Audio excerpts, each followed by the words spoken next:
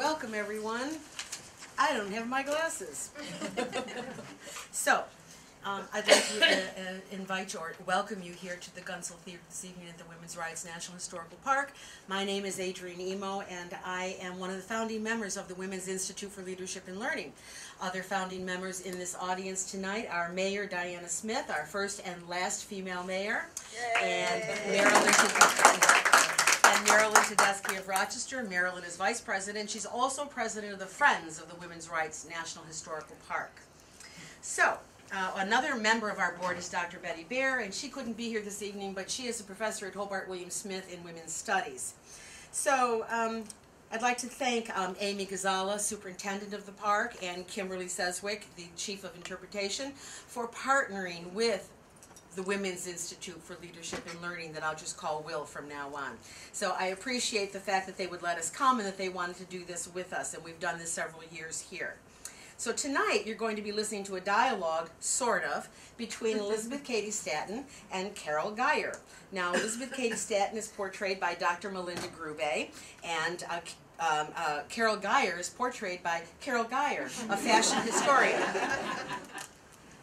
Melinda is a professor of history at Cayuga Community College and is a longtime costumed interpreter of Elizabeth Cady Stanton.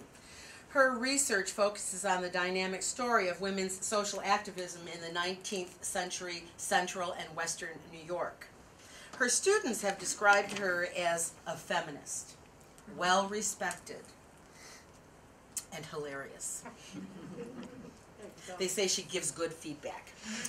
Carol Guyre has been presenting the history of fashion for many years and for many audiences. Having studied textiles and fashion all of her life, she's augmented her general interest with specific studies in the history of fashion throughout the centuries, back to the 1400s. Carol shows that everything old is new again. Of course, you can see to my left the series of fabric artist dolls called Le Petit Pandore, after French fashion dolls. Carol's creations are delicate, lovely dolls, authentically clothed from the skin out. And now, how clothes reflect the changing roles of women.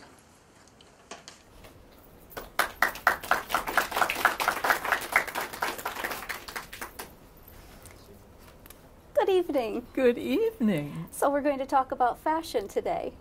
I think we are. I hope we are. All right. I'm going to begin by reading something. How dull. But I'm going to do it anyway.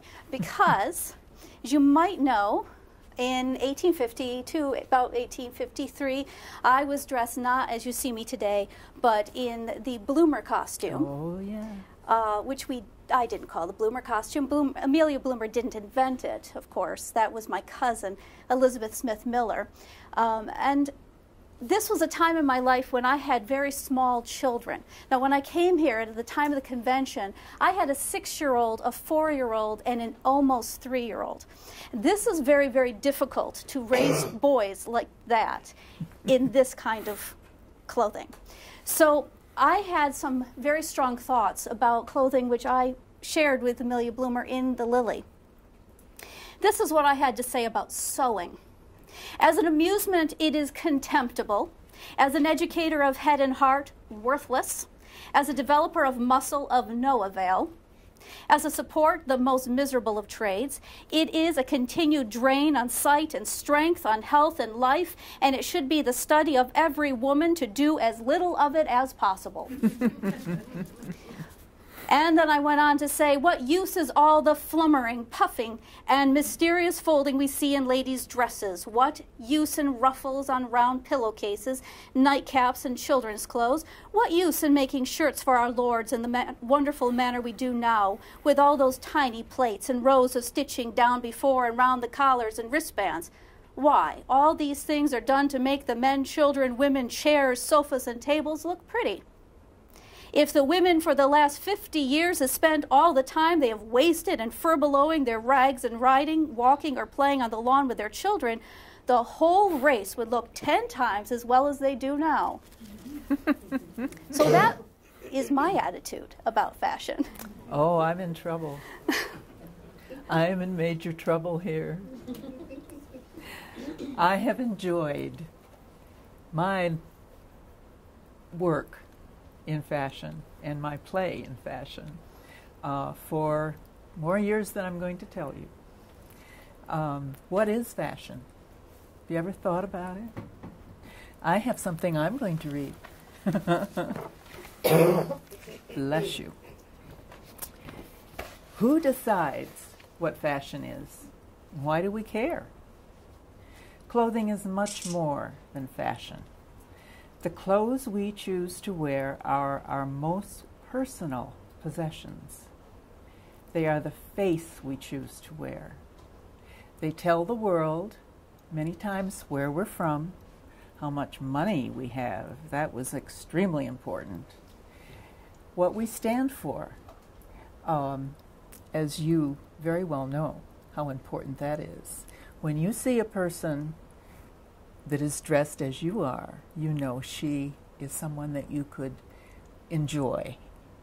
However, that hasn't always been the case. So yes, I thoroughly enjoy fashion. I thoroughly enjoy women who like to do handwork, to take something simple and necessary for your life and embellish it to the point where it becomes beautiful. And then you can say it pleases the eye and it feeds the soul. Well, I must admit that as much as I protested against fashion, I was always a little bit vain. Mm-hmm. I wore the bloomer costume for a very short period of time. We were mocked. We were ridiculed. My husband was running for office at the time, and the children used to sing, "Hi ho, the carrion crow." Mrs. Stanton's all the go. 20 tailors take the stitches. Mrs. Stanton wears the breeches. Mm-hmm. And he nearly lost the election as a result. But that really, I think, to be honest, was not the reason why I gave up the fashion. Because actually, there were more and more women who were taking to wearing it. It was such a rational thing.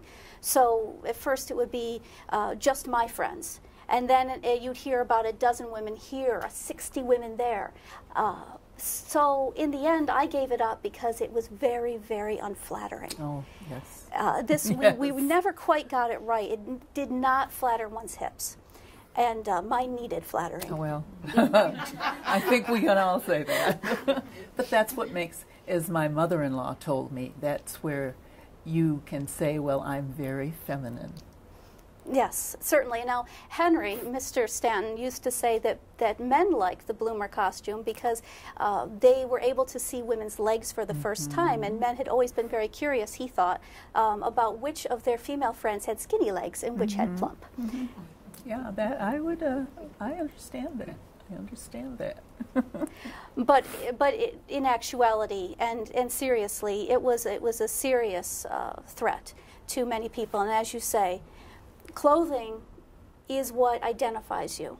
It tells people what your social status is, who you are, and for women, who you belong to. And for women of my generation, what we wore advertised our father's or our husband's status.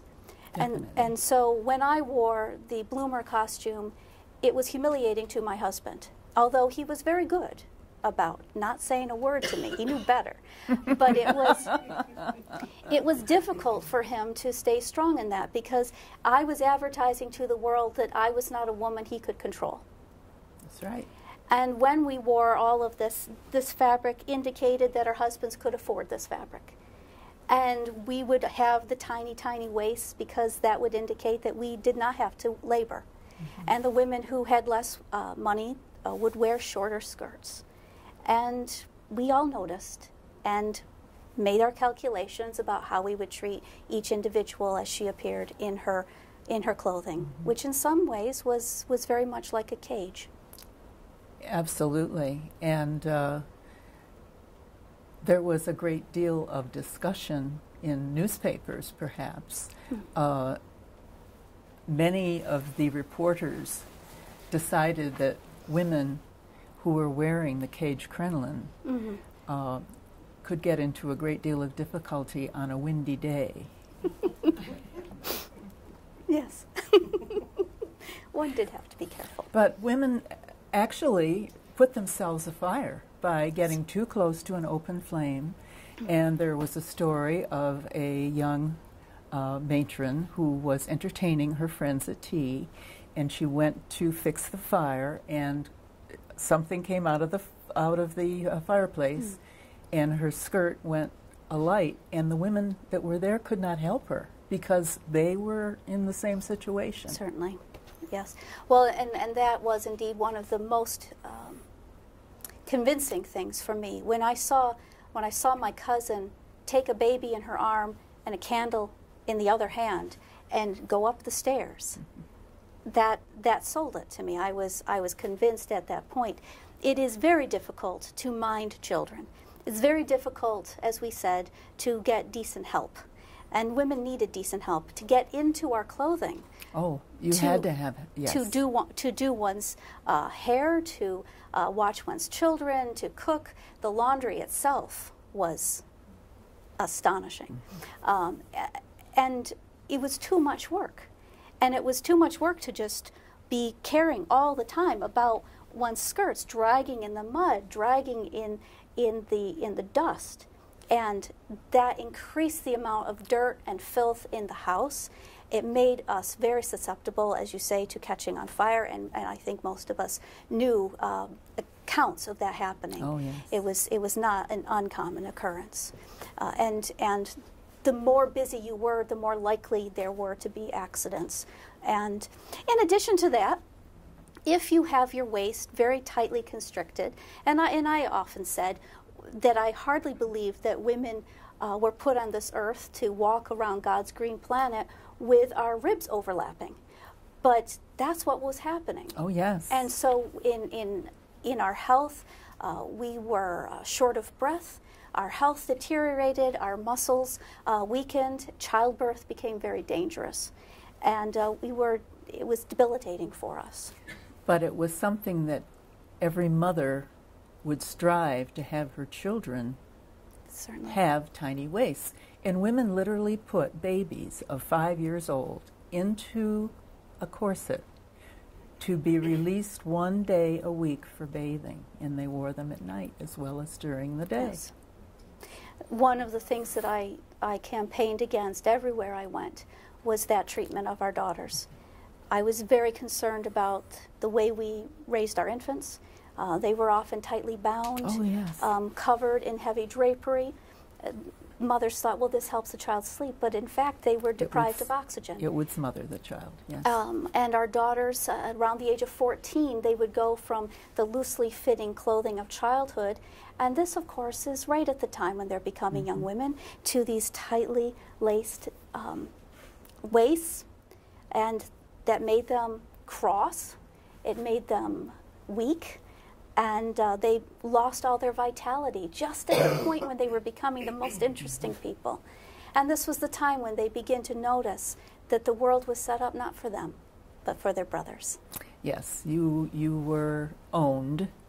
Certainly. And you were to act in a certain way and dress in a certain way, and you really had no choice. What was the choice? There was no choice. Exactly. There was no choice. And yet, I always made sure, after the bloomer costume, to dress when I was in public. Now, when I was at home, different story. When I was in public, I often wore either black lace, black velvet, black silk, and always with lace around my neck. And eventually, I grayed very early. I had white curls. I wanted to look respectable. That was the bargain I struck, that I would look like everyone's ideal of the matron. And so when I said revolutionary things, they didn't mind quite so much because I looked like such a dear grandmother. And now Susan B. Anthony couldn't get away with that because she looked a little bit sterner. And they said I was plump as a partridge and jolly. So when I said outrageous things, it was just delightful. There is a wonderful story about Queen Victoria. If I may, Certainly. I would like to read it to you. Had you ever thought about the fact that she always is pictured in a as a very dour person. A woman that always wore black and was very plump and had wedding lace that she wore over this black dress. And if I can find it, I will tell you a little bit about her. And I have one of my dolls named after her. This is not working. Okay. When she became Queen of England in 1837, she also became the Queen of French fashion. Victoria was 18 years old and very diminutive. She loved fashionable clothing and dressed according to the latest styles that the Paris designers were developing. Ladies wanted to emulate her, and so they did everything possible to make themselves look as tiny as Victoria. They began wearing very tight corsets with an unbelievable number of petticoats and soft-soled, heelless slippers in the hope that this would create the desired silhouette. The gowns designed to be worn over this structure were soft and luminous. The extremely wide skirts and enormous sleeves made tiny waists look even tinier. Actually, sleeves became so large that sleeve extender cushions were needed to keep them from drooping. All of this made it imperative that a lady turn sideways in order to pass through a doorway. The weight created by these many layers finally became intolerable, and in 1856, when the new cage crinoline was created, Victoria quickly became the Queen of the crinoline as well as of England. Hoops of whalebone or steel now expanded ladies' skirts and liberated them from the layers of heavy, cumbersome petticoats. However, with this new freedom came new problems, and we have talked about this. The quote is, "The crinoline was in a constant state of agitation, and cartoonists of the period took great delight in showing what could happen to ladies in high wind." And so it became the mark of gentility as well as necessity for long, lacy pantaloons to be worn beneath this new contraption. Tightly laced corsets were still endured, and young ladies of 5 were often sewn into them. It's all so silly. Yes, it is. It seems that I spent my entire life campaigning against the most obnoxious absurdities. And fashion and the absurdities of fashion was just one of many, many absurd things. I was disgusted, really, by what we did to our daughters and to ourselves. Because it is so easy to be beautiful, I said to people. If you want to be beautiful, then fill your mind with ideas, and your face will be radiant. If you want to be fashionable, then women themselves should make the fashion.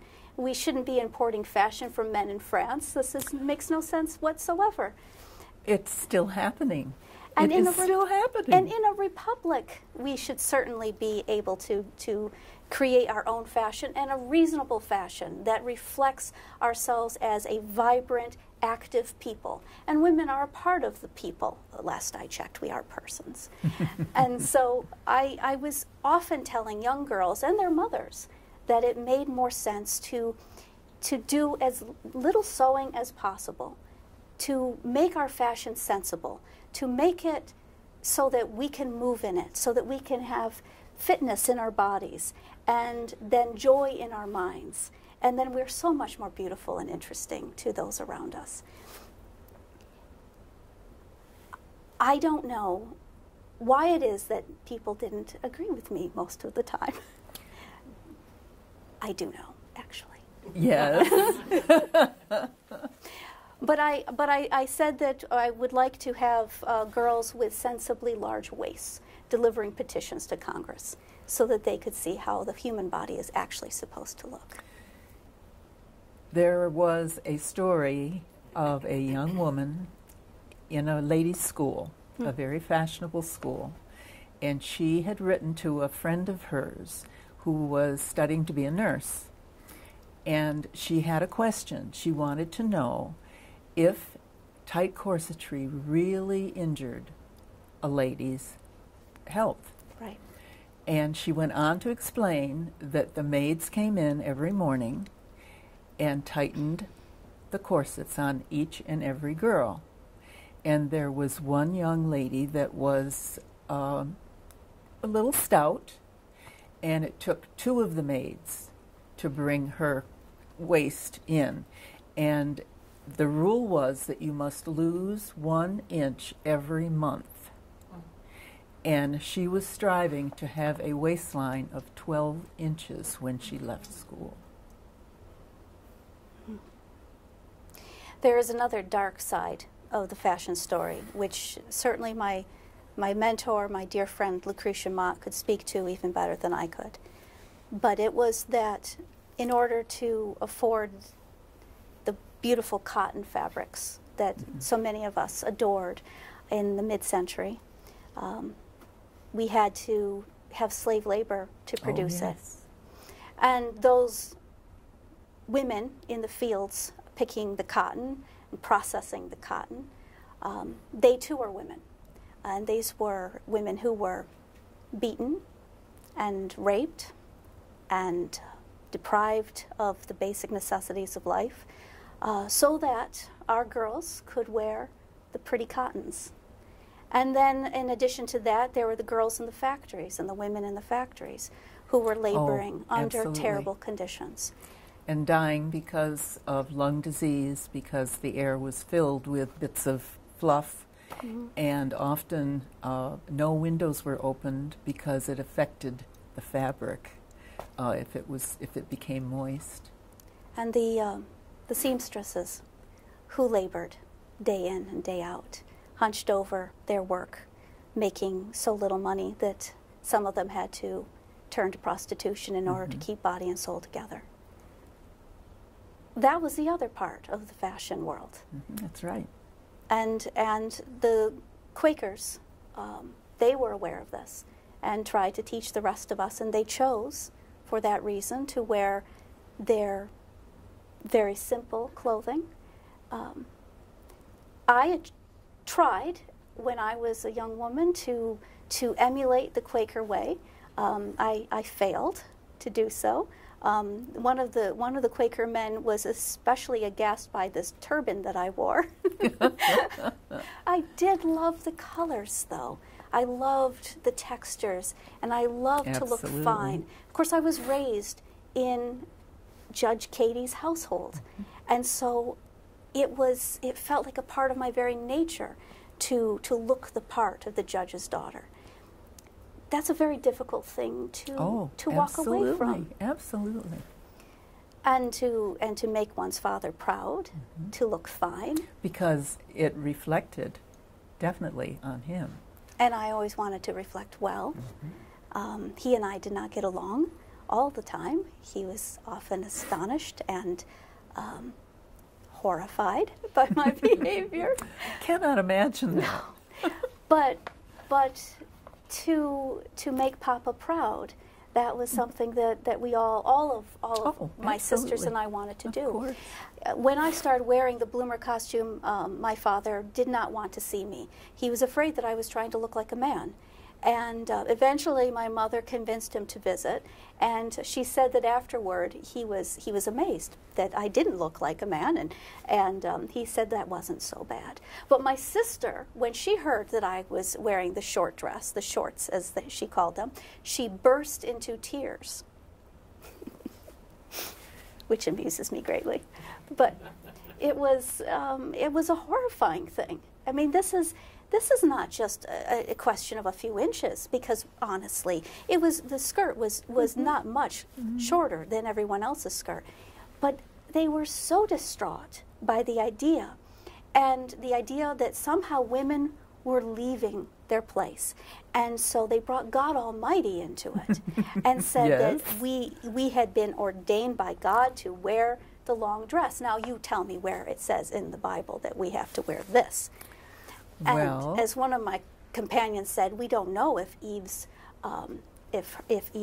fig leaf was in two pieces or one. I remember going into church one Sunday when I was in college on a very, very warm day. It was the end of the season. And I was with two friends, and we were wearing summery cotton dresses, stockings, the whole 9 yards. And he stood up and said, "I would just as soon see the devil on roller skates coming down this aisle than you young women with bare arms." This was 1950. Mm-hmm. Yes. Things, the more they change, the more they're the same. Yes. Well, and I did battle with, it was mostly women. Now, there were the priests in the pulpit, certainly, and there were the press and all of the reporters. I had to tangle with them. Oh, boy. But my greatest adversaries were women themselves who said, we have all the rights we want already. And they were the ones who regulated the fashion. They were the ones who made sure that those of us who challenged the system were kept out. Now, I pointed out to them that in their evening gowns, they were half naked. Oh, absolutely. They had plunging necklines, bare arms, and they were being spun around by completely strange men they had never met before. And then they were grousing about my skirt being 2 or 3 inches shorter. It was a great deal of hypocrisy, actually. Oh, absolutely. But the idea was that married women would wear very little for evening wear, certainly by my standard. And this was advertisement, again, by how little they were wearing, that they belonged to a man and that he could, in fact, control them and their sexuality. So all of this is also related in very strong ways to our own self-sovereignty, our right to control our own persons and our own reproduction.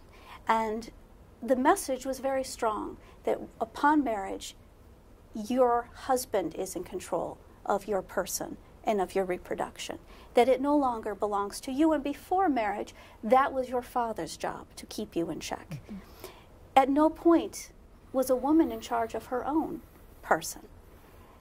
And then, in addition, to bind a woman in and then tell her, not only are you destined to give birth over and over again, you will do so with a body that is weakened and in some cases broken. And then the fashion becomes somewhat more sinister. Oh, absolutely. Yes. But despite all that, we all love the beauty. And I cannot get my eyes off of those dolls. Well, they each have a story to tell. Can we hear them? Oh, absolutely. I'd be delighted. Okay. It's been wonderful meeting you. Oh, it's been a joy. And speaking to you, someone who has read the things I have read and convinced many people that they need to do their own thing, so to speak, to be their own person. Self-sovereignty. And the problem with that is we tend not to allow our daughters to do that. We want them to be mini-me's, and we've got to get over that. I agree most completely. So, tell us Shall about we? these All beautiful right. dolls. All right. And I'm going to get a little closer. Please do. She's my favorite. I wonder why. I wonder why. Well, that, my dear, this is Queen Victoria, as she was when she became queen. And we don't realize that she was 18 years old, a young woman, and she was vivacious, and she wanted to be beautiful. And she's not that little old lady that we all see in the black dress looking like sour grapes. Lace was important, and if I can get my hands underneath, I can show you that she is wearing a lovely petticoat and little flat shoes, and she's carrying a tussie mussy. Anybody ever heard of a tussie mussy? It was a love token, and the flowers that were in it each represented something that your dear one wanted to tell you how he felt. The hair was phenomenal. Apollo's knots and sausage curls, and she is wearing lace around her neck and ribbons and fresh flowers in her hair. So when you see pictures of Victoria, think of this little lady. Now this doll represents a woman named Margaret Swain Getchell, who you would have loved because she was very much like you. She was brought up on Nantucket Island, and she was a school girl. To the age of 15, she worked as a poetress, and she became the poet laureate of the island. She would have looked like this. Often they thought women resembled a tea cozy at this point in time. The idea was they were unapproachable. All of this kept the gentleman at a good distance. And Margaret was my husband's great-grandmother. And she was a school teacher. She started teaching in the very school that she graduated from because she had a wonderful ability to teach mathematics and spelling. And she loved English, and she loved to do poetry. She taught school there for 1 year, and then, very bravely, accepted a job in New York City to teach there. And she also taught at, help me, Kenneth. Lawrenceville Seminary. But she had had a very bad experience as a youngster and had injured one of her eyes, and it had gotten very much worse. So she decided she couldn't teach anymore. It was just too difficult with all of the paper correcting and so forth.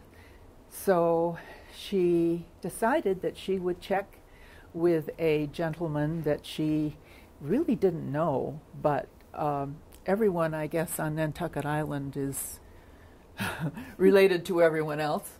So Lucretia said. Yes. And this gentleman ran a dry goods store, and his name was Macy. And she approached him, and he hired her immediately. She was quite charming, very intelligent, very well-spoken, and he hired her as the cashier. Too many words in my head. So this is how she would have looked when she left Nantucket.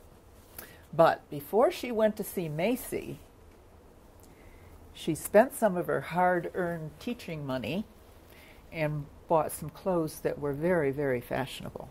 That's one reason that women dress the way they do. No more muff, no more cloak.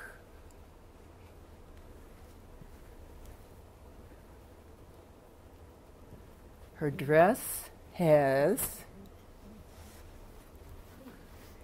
sleeves and collar that you can take off so that they're washable, and you don't have to wash the whole garment.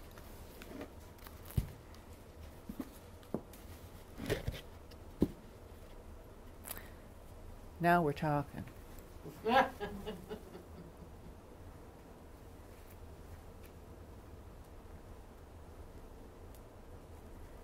You know why women also, not just to hold their hat, you know why they wore long hat pins? For protection. You got it. Margaret met a charming gentleman who had just come from helping Macy's son, who was a bit of a rounder. He'd gotten into a lot of trouble in a court-martial trial, and he had managed to get him off. And Macy had invited this lieutenant to come. He wanted to thank him. And he and Margaret met, and it was love at first sight. And there's a little poem that goes, tying her bonnet under her chin, she tied her raven ringlets in, yet not alone in their silken snare did she tie her lovely floating hair. For tying her bonnet under her chin, she tied a young man's heart within. We have a black lace shawl that he brought home to Margaret as he finally became the lace buyer for Macy's. And they had a 2-year courtship, and then they married. And they had 6 children. The first child passed away, as often happened in those days.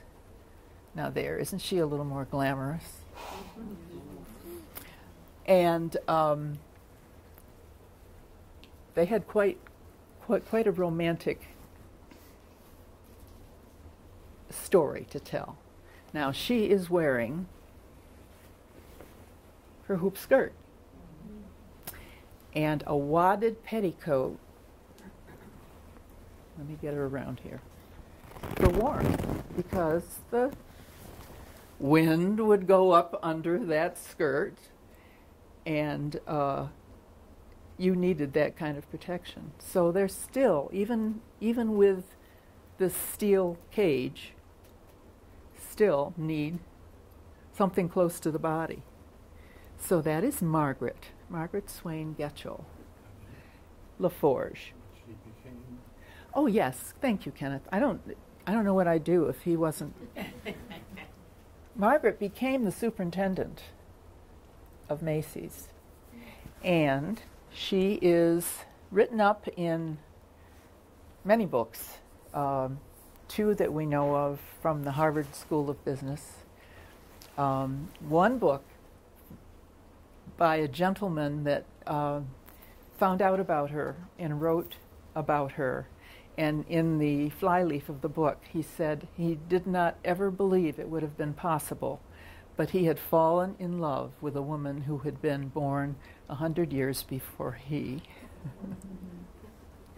So that's our Margaret, and we're rather proud of her. She, I usually read my script when I'm doing this, so you'll have to bear with me. She became, according to many books, the very first woman executive in the United States of a $1 million enterprise. Macy had opened 4 stores previously, and they'd all failed. And when he opened the 5th store, his first day's take was $11.06. And by the time Margaret had all her children and had become the superintendent, they were raking the money in very, very well. Well, we all know because it's still here. So they have called her the very first woman executive in the United States. So we're rather proud of Margaret. Another grandmother is mine. And this was her mother. This is my great-grandmother. in her bustle dress. They decorated the decorations, and enough was never enough. She is wearing her bustle dress, again, petticoats, and the women at this point loved these crazy stockings. Aileen dyes had just become made, and so clothing was bright all of a sudden. So this is Jessie and her tippet, and according to my grandmother, Jessie used to say if she put her hat on in the morning, she didn't want to take it off again until it was time to go to bed at night. Well, women were wearing approximately 40 pounds of clothing. Now, when you or myself, like today, managed to get into a pair of pantyhose, we have forgotten what it feels like to really get dressed up for an event. And I have a story I have to tell you. I was working in Richmond. My husband was involved with the Department of Education, and I was working as a registered bridal consultant for a lovely lady who gave me carte blanche when it came to doing all the special projects. She used to say, "I'm just here to clap and cheer."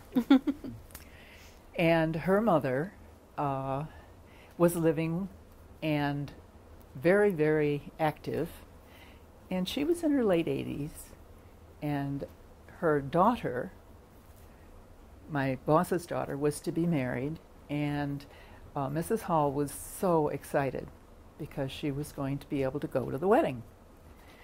So I was there one day, and every time I came, she was so excited, and we'd talk about all the things that were going on. And this one particular day, she was in heaven. She was just thrilled. She was going to pick out her dress to wear to the wedding. And so her daughter and her granddaughter went with her and picked out this dress.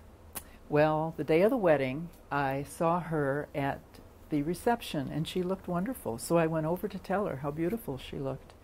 And she said, "Oh, I'm having a wonderful time, even with my problem." And I said, "Problem? What problem?"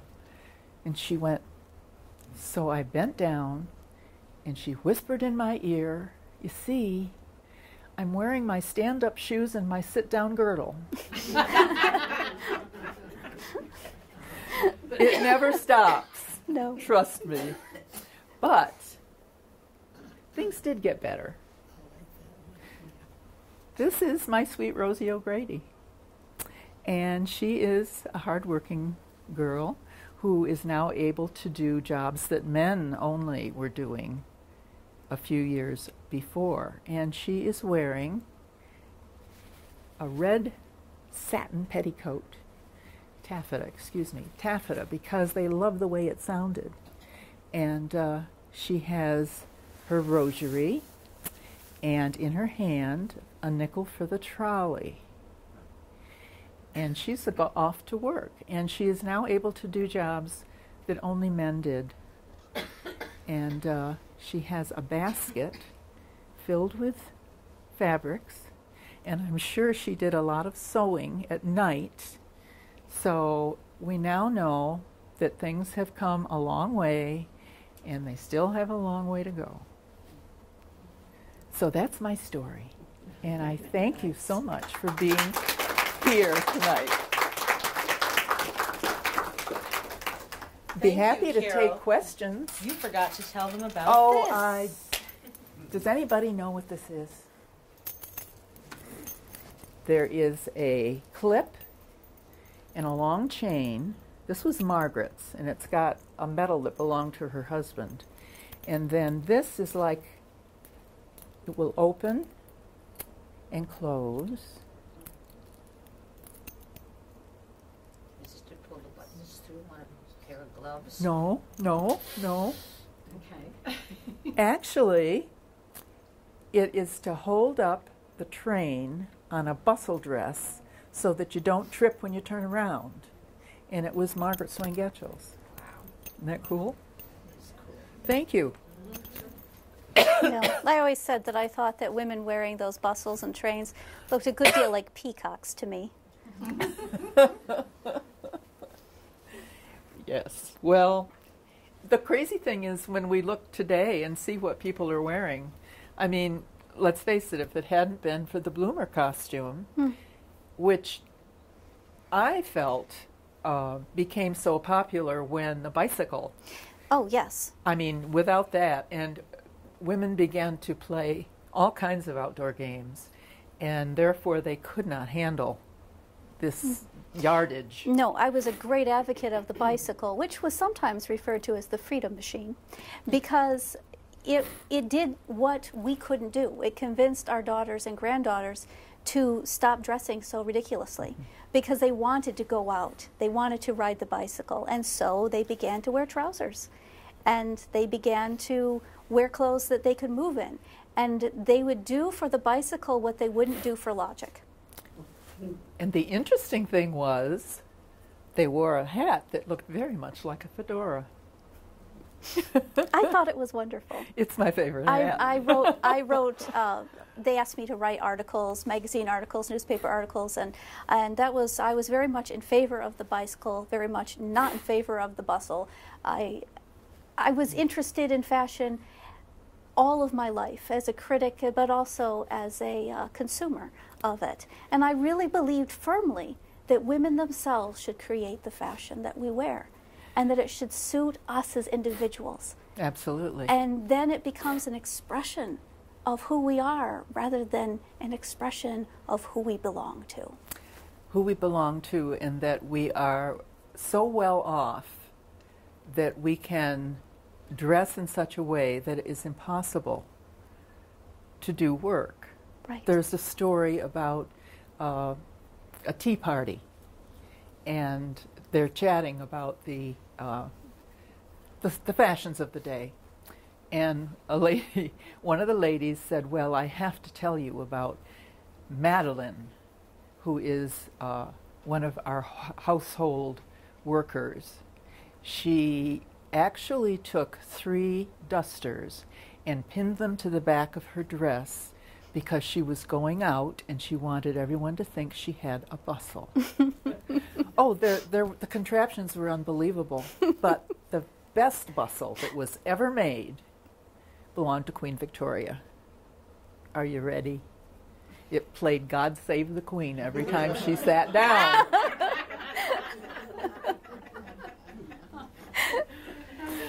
There was the Lily Langtry bustle. There was the health bustle. There was one, like Queen Victoria's, that you actually had a little gizmo, and when you sat, it would collapse, and then when you stood up, it would pop open again, hopefully. Unbelievable. So aren't you glad that you all have to do nothing more than struggle with pantyhose? Does anybody have any questions that we could answer, or anything you'd like to look at that you haven't seen? Rosie O'Grady is still wearing a corset, right? When did they kind of disappear? Not necessarily. Not necessarily. It depended on the girl Yeah. and how independent she was. I'm sure many, many of them were. Well, we were. In the 50s, long line bras, what's the difference? No, I didn't wear one of those. If I can interject, I remember my grandmother wearing a corset, and I had to help lace her up at times. Yeah. Yeah, it's pride, or I don't know. I want to look like somebody on the stage, or Irene Castle was someone that they were all admiring. And that hasn't changed. No. It's still happening, and what they're wearing now on the stage is a little scary, but oh well. Yes? So I'm just curious, what do you think the fashions will be, 100 years from today? I mean, today, you look at the Oscars or whatever, and people are half dressed, and the underwear is skimpy and you know, what is that saying? One, and number two, is that going to change? Do you think? Or? Well, I think anything can happen. There was a point in time when, after the French Revolution, women began to dress Oh, yes. in very, very skimpy costumes, because when you wore the gowns that had been worn before, you were in big trouble. So they went to these Roman gowns that were just perfectly straight, and it became popular to weigh all of your garments. And fashion decreed that they couldn't, that everything, including your shoes, could not weigh more than 8 ounces. Right. And was it Napoleon? Napoleon I believe, said enough. bricked up all the fireplaces in the palaces, hoping they'd wear more clothing, and all they did was use They lace, cut their hair short Yes. because it showed that they were like the women who had been decapitated. Yes. And they wore flesh-colored body stockings underneath very, very gauzy, light-colored gowns with slits way up the sides. And there was one story that I read that said they actually would wet this costume so that it would be even closer to the body. So here we go again. I mean, anything's possible. And as you describe the women of your time, it reminds me so very much of the women of my own in their evening gowns. Oh, yes. That were left very little to the imagination. Nothing at all, in fact, to the imagination. and no one thought anything of that. There was a difference between what one wore in the daytime and in the evening. Of course, these were only very well-to-do women, and they would be surrounded by well-to-do men. Bourgeois fashion was a little more staid and proper than upper-class fashion, but they were wearing very little. But because they were married, it was permissible, because it was well understood who they belonged to. And you'd better keep your hands to yourself. And wasn't there a point in time when women could show their bosom, but not their elbows? Well, elbows are a dangerous thing. Oh, I know. We wouldn't want to get out of control. You wonder who sits and dreams all of this up, don't you? The men. You got it. You win the prize. Yeah, well, Gotta stay in fashion. that's well, if right. they're going to that's right. decide what they're going to see, which do you think men will prefer, bosoms or elbows? That's a very good question. I think I know the answer. Anybody else have a question we'd be happy to try to answer? No? Gosh, this has been wonderful. Thank you so much for coming and doing this evening. I hope you've all enjoyed this. Thank you so much. Thank you. We have refreshments outside, but I'm sure Carol will show you the dolls if you'd like to see Absolutely. the dolls. She also If you'd has like- lace here you may want to take a peek at. Actually, the lace is part of a collection of 4 generations of women in one family. And I met this lady. We were both involved with an organization called PEO. It was an organization to help women to get into college if they couldn't afford it. And she was quite a lady. She was very tall and very imposing. And her family had been very wealthy. And she was the last one.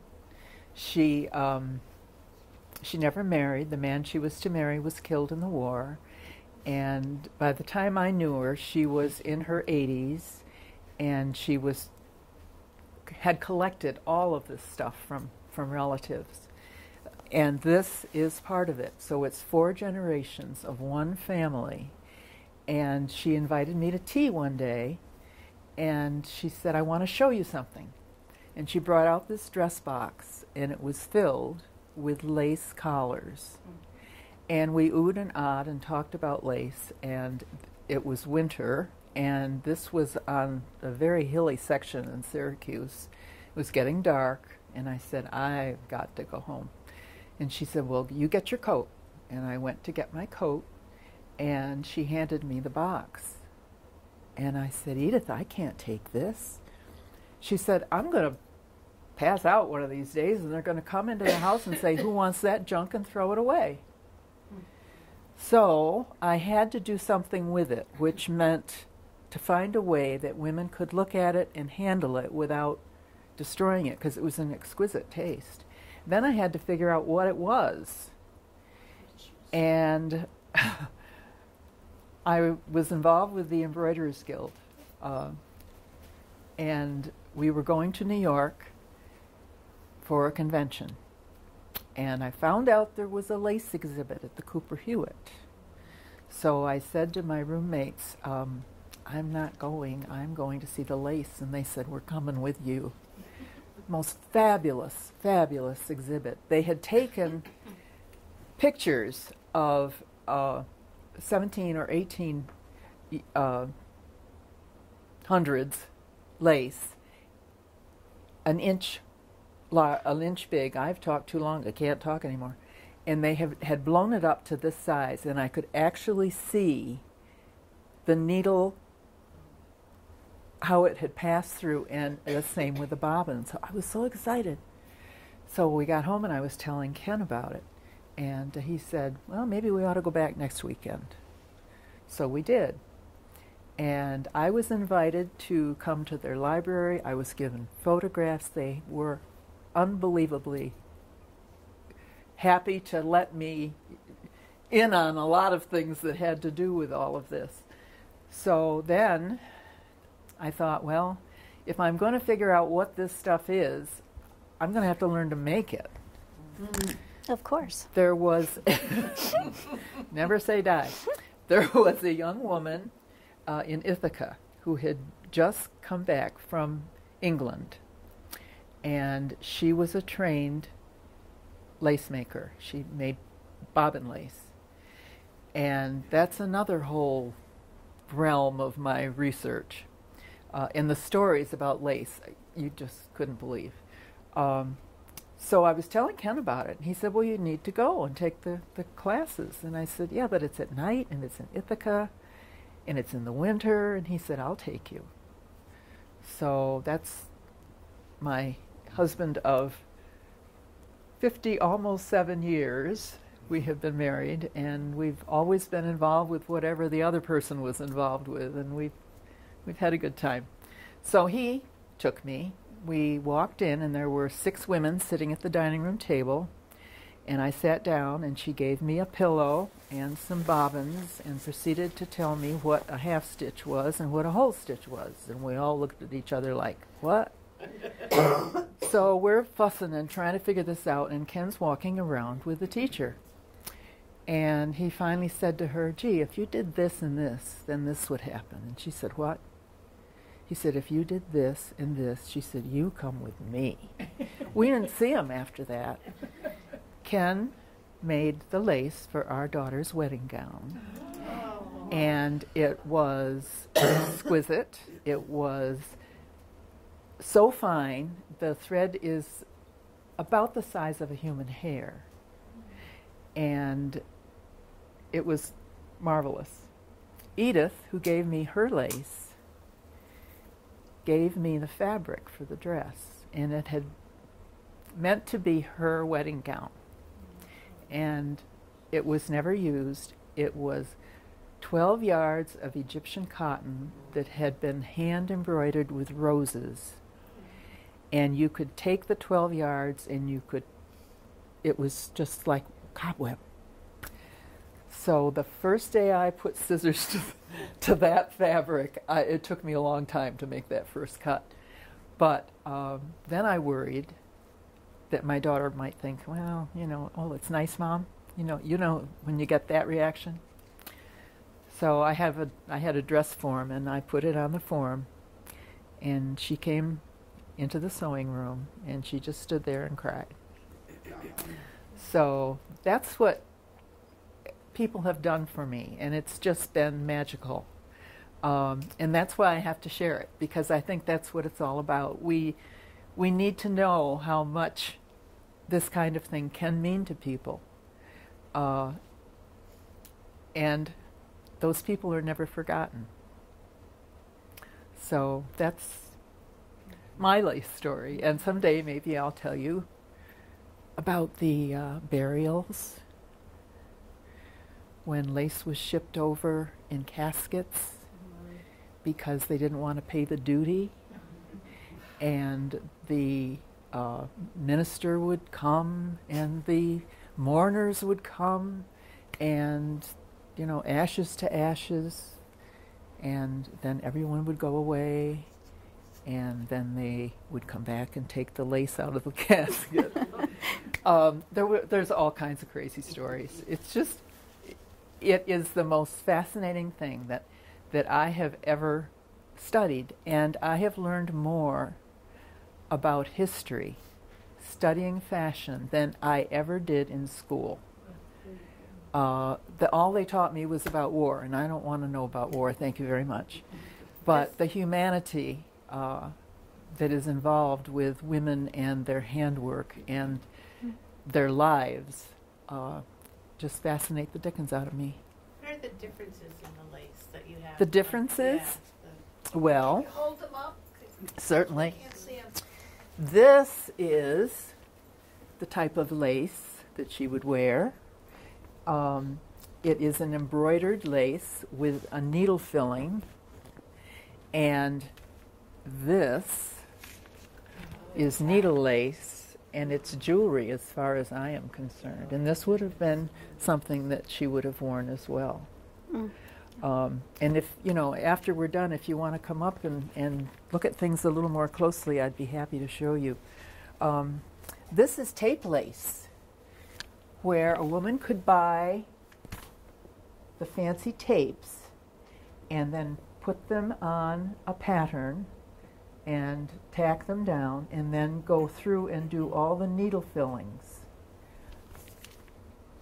And then if you didn't feel like you could do that, but you still wanted a collar, you bought doilies and you sewed them together.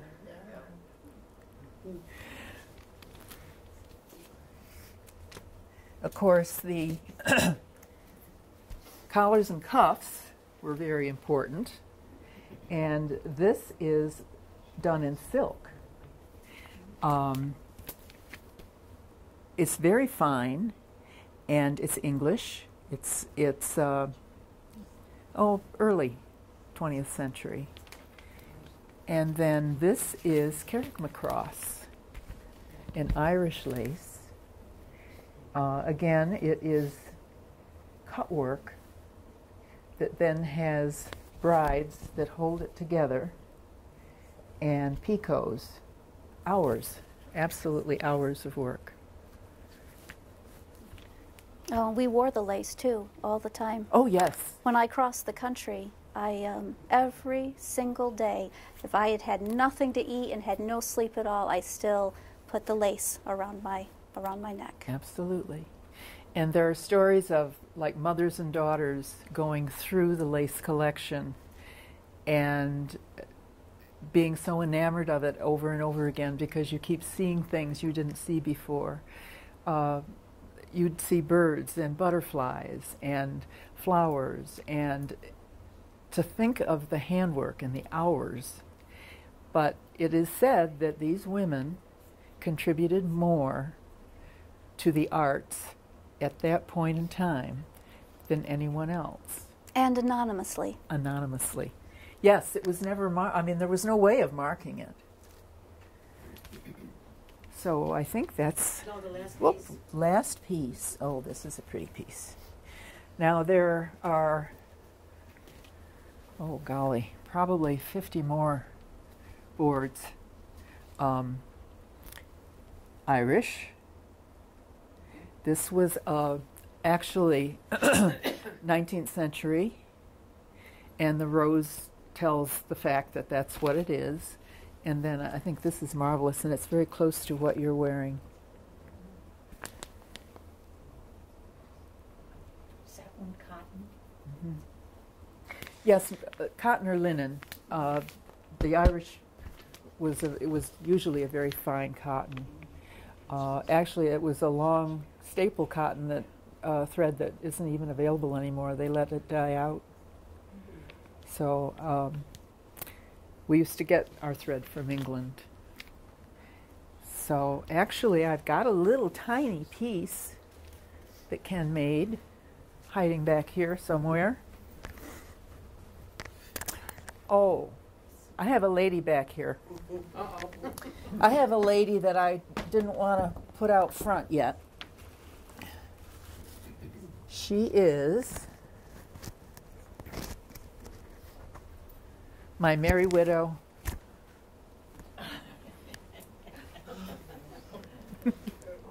I wanted to show you.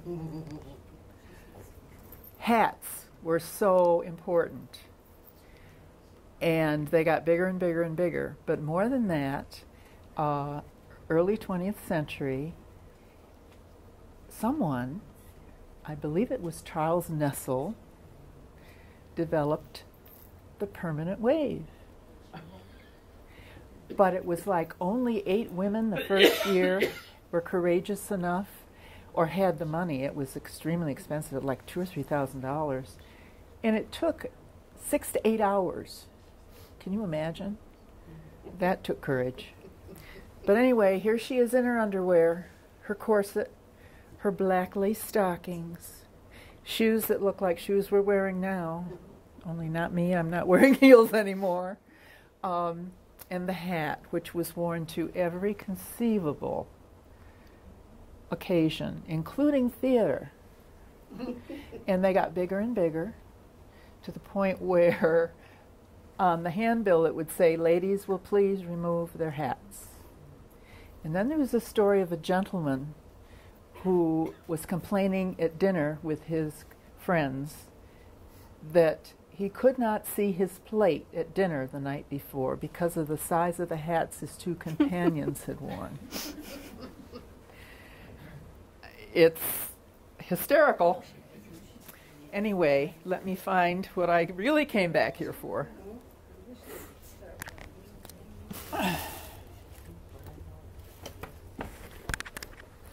I gotta tell you, getting this show on the road is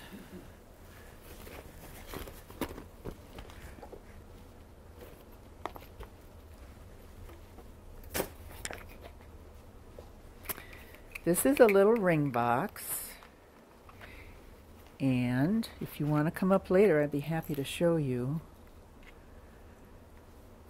These are 2 rings that were carved by Lieutenant LaForge for Margaret Swain Getchell. There are initials scrimshawed inside one of them. I think it was her wedding ring. And I looked at those letters forever and could not imagine what on earth do they mean. And all of a sudden one day, it is, fingers don't work, ATLF.L.MS.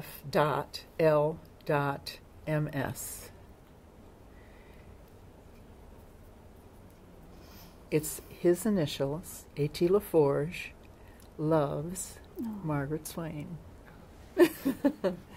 So this was my husband's lace. This is a piece he made. Oh. And the roses that he didn't, well... You can't see it, but it's exquisite. Well, you can if you want to come up. Or you can pass it around.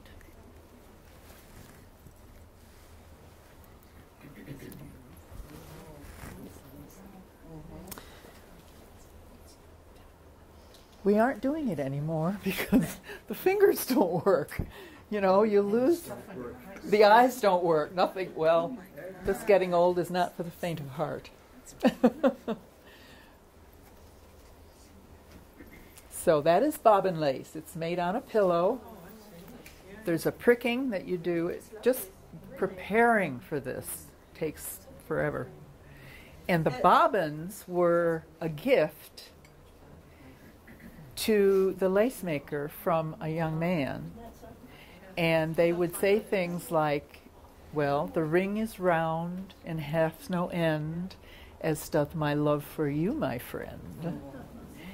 And the other fascinating thing about lace making, there were lace schools all over England and Ireland teaching children to make lace. And the boys hated it. They sometimes threw their lace pillows away. But in order to increase their speed of making lace, they taught them little sing-songy things. And the little sing-songy things are things that we have taught our children. How many miles to Banbury Cross to see a fine lady upon a white horse? The fine lady was the lace, and the white horse was the pillow. I can't think of any more. Jack be nimble, Jack be quick. It was the lace maker's candlestick that the child jumped over. And it wasn't just Jack, it was Jane and Jim and whoever else. And that was a game they would play. And we find that we were teaching our children lace tells. Isn't that interesting? Well, ladies and gentlemen, I think we could stay all night and listen to these stories. And they're staying at the Gould if you want to move over there shortly. Yes, we are. But we do have a reception and enjoying outside, it. Enjoying it. You're welcome to look at the dolls and talk some more to Absolutely. Elizabeth, Cady, Stanton, and to Carol. But we'll start a little reception outside if you be so inclined. Thank you very much. Oh, you're very welcome. Thank you all.